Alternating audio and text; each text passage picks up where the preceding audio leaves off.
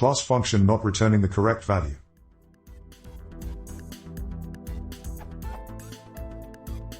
I have this class. I need to generate 5 instances of this class, and only one instance will have a variable s with a value equal to true. Then I try to print the values.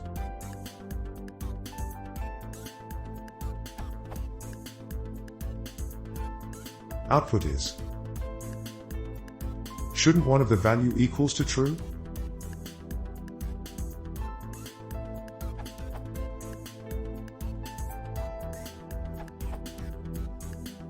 Try this, it's a bit simpler.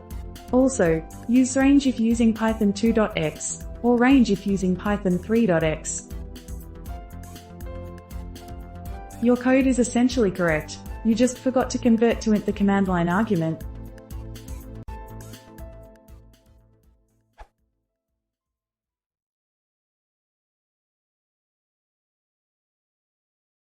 If you want to see more, please consider subscribing.